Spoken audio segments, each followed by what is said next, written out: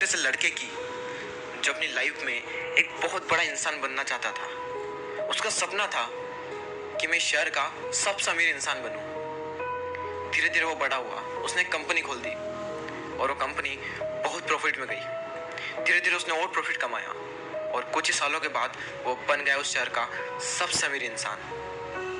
लेकिन कहते हैं ना, हर सक्सेस के बाद एक फेल्यूर तय है। उड़ने में बुराई नहीं, आप भी उड़े, लेकिन उतना ही जहां से जमीन साफ साफ दिखाई दे। धीरे धीरे वो कंपनी बहुत लॉस में गई और कुछ ही दिनों के बाद उसे वो कंपनी बंद करना पड़ी। उसके ऊपर लाखों का कर्ज आ चुका था उस टाइम तक और उसका माइंड पूरी तरह से डिप्रेशन में चला गया। उसने अपने आप को एक कमरे में बंद कर दिया। उससे घर पर डेली कोई ना कोई आता और अपना कर्ज मांगता।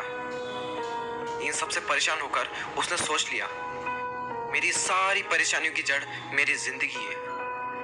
अगर मैं इसे खत्म कर दूं तो मेरी सारी प्रॉब्लम दूर हो जाएगी। ये सोचकर वो पार्क में गया।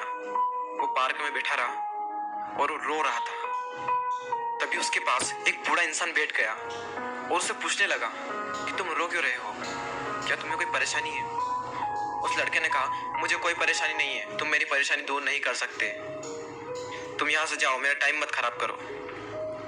बूढ़े आदमी ने फिर से पूछा कि कोई तो समस्या है, हो सकता है मैं तुम्हारी मदद कर सकूं। उस लड़के ने कहा, 10 लाख रुपए चाहिए मुझे, दे सकते हो? उस बूढ़े आदमी ने मुस्कुराकर अपने जेब से एक चेक निकाला और उस पर 10 लाख का अमाउंट भर दिया और उस लड़के को दे दिया और उससे कह दिया, ये लो 10 लाख का चेक। उस लड़के की आंखें फटी की फटी रह गई। उस लड़के ने उनसे पूछा कि आप कौन है? तो उस बूढ़े व्यक्ति ने कहा, मैं शहर का सबसे अमीर आदमी हूँ।